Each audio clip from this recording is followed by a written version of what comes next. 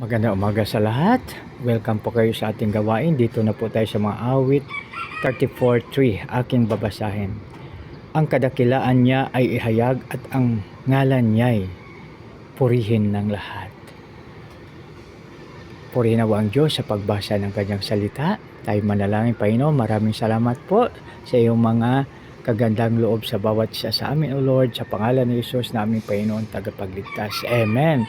Mga kaibigan, kanina na pag-usapan natin, sa 2, aking pupurihin, kanyang magawa, kayong naapi, makinig, matuwa. Sa 3 naman, ang kadakilaan niya ay ihayag at ang ngalan niya ay purihin ng lahat. Mga kaibigan, sa ating mausap-usapan, wag po nating mas maganda pag-usapan natin ang salita ng ating Panginoon o kaya yung kanyang kadakilaan. Kaya purihin natin siya at ating ihayag ang kanyang ngalan. Ang kadakilaan niya ay ihayag po natin, no? Yung mga signs and wonders, yung mahimala, ating ipakalat, ating ipagmalaki ang kadakilaan ng ating Panginoon. Maraming salamat sa lahat. Tayo na po ay manalangin. Panginoon, maraming salamat.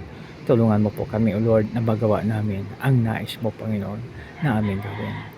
Salamat, O Lord, sa pangalan ni Jesus na aming Panginoon tagapagligtas. Lahat po ang magsabi ng Amen ay Amen. Purihin awa ang Diyos. God bless us all.